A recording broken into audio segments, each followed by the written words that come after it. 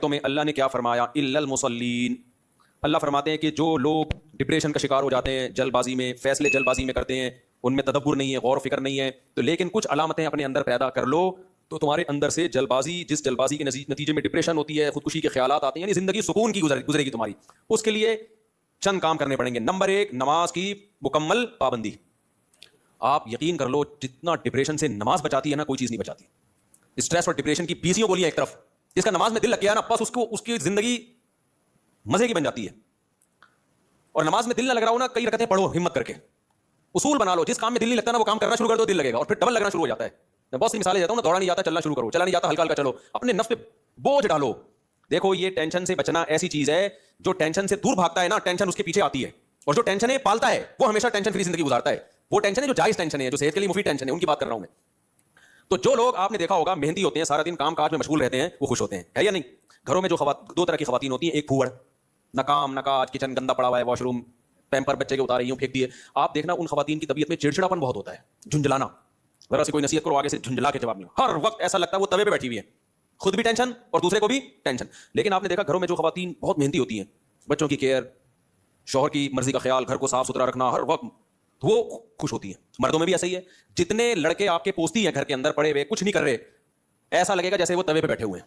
باپ کوئی نصیحت کرتا ہے ایک دم کیا ہو جاتے ہیں، وہ ہائپر ہو جاتے ہیں. آپ لوگوں نے خود بھی نوٹ کیا نا یہ بات.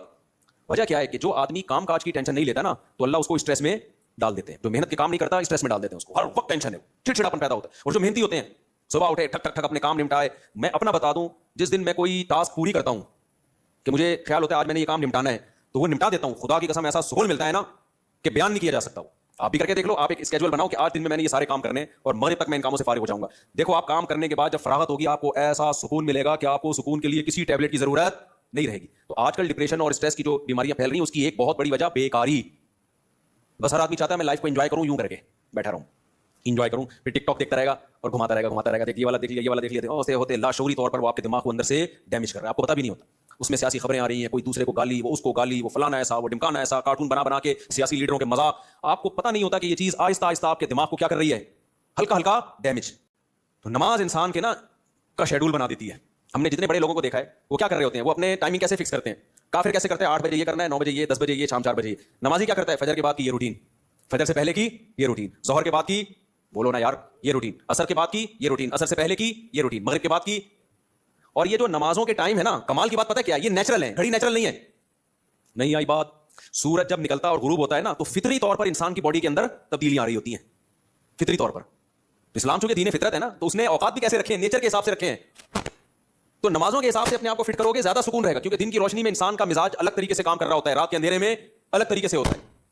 تو اللہ نے کیا فرمایا کہ الا المصلین الذین هم علی صلاتهم دائمون، یہ لوگ نمازوں میں پابندی کرتے ہیں. تو آج سے عزم کرو کسی قیمت پہ بھی نماز انشاءاللہ ضائع نہیں کریں گے. اور سب سے زیادہ سکون اللہ نے فجر کی نماز میں رکھا ہے. تھوڑی سی ٹینشن ہے بھائی، اٹھا لو، لیکن پڑھ کے جب سلام پھیرو گے نا، آپ کو لگے گا یار آج تو ہٹو بچو ہو گیا ہے. کیونکہ دیکھو شیطان ہر وقت پلاننگ میں لگا ہوا ہے. یا تو ہوتا نا شیطان بھی پلاننگ نہ کر رہا ہوتا، ہم بھی پلاننگ نہ کرتے، تو نہ ہمیں کوئی نقصان ہوتا، نہ شیطان کو کوئی فائدہ ہوتا. نہ ہمیں فائدہ ہوتا نہ نقصان ہوتا. لیکن ہو یہ رہا ہے کہ ہم اگر پلاننگ نہیں کرتے تو ہماری پلاننگ کون کر دیتا ہے، شیطان. اس نے بنا کے بیٹھا ہوتا ہے، فارغ ترین آدمی ہے، جس کو بھی اس کام میں لگاؤ، ٹھیک ہے نا. تو یہ بہت اہم بات ہے. تو اپنے جو لائف اسٹائل کو چینج کریں، ان میں اس کی معمولات کی ابتدا کہاں سے ہوگی، نماز سے. سمجھتے ہو گے نہیں سمجھتے، ابتدا کہاں سے ہوگی یار، سب سے پہلے کیا کرنا ہے، نماز ٹھیک کرنی. اب سب چیزوں کو ایک ساتھ ٹھیک کرنا ہے، سمجھ رہے ہو. جس نے یہ کیا نا پہلے یہ پھر وہ، تو نہ یہ ہوگا اور نہ وہ ہوگا. اور ہر کام میں ایکسیلنسی پیدا کرنے کی کوشش تو کرنا ہے، لیکن اگر نہ ہو تو اس کام کو چھوڑنا نہیں ہے، گرتے پڑتے کرنا ہے. آپ نے نیت کر لی، جیسے نمازی بننا چاہتے ہو نا، تو نیت کرنی پڑے گی میں 40 دن تکبیر اولیٰ سے نماز پڑھوں گا، ایک نماز بھی میں 40 دن تک تکبیر اولیٰ سے نہیں چھوڑوں گا. یہ ہے ایکسیلنسی. لیکن اب کیا ہوگا، 2-4 دن کے بعد تھوڑا جوش ہلکا ہوا، ایک دن تکبیر تحریمہ کا ناغہ ہو گیا، تکبیر اولیٰ کا ناغہ ہو گیا، یہ نماز کا ناغہ ہو گیا. شیطان کہے گا تیرے بس کا نہیں ہے، اب نہیں ہو سکتا. شیطان سے بولو میں نے ریکارڈ تو بنانا ہی نہیں ہے بھائی، ہو گیا نا دوبارہ سے شروع کر دوں میں، کیا خیال ہے. کیونکہ یہ انسان کے ساتھ ہوتا ہے، بہت مشکل ہے بھائی بالکل ایک دم سے ایکوریٹ ہو جانا. گرتے پڑتے ہی لوگ اللہ کی طرف جاتے ہیں. اگر سارے ایک دم سیدھے چلنا شروع ہو جاتے تو یہ حدیث پھر کیوں ہوتی. نبی صلی اللہ علیہ وسلم نے فرمایا، اللہ تعالیٰ فرماتے ہیں من تقرب الی شبرا تقربت الیہ باعا، جو ایک بالش میری طرف چل کے آتا ہے میں ایک ہاتھ اس کی طرف چل کے جاتا ہوں، اور جو میری طرف چل کے آتا ہے اتیت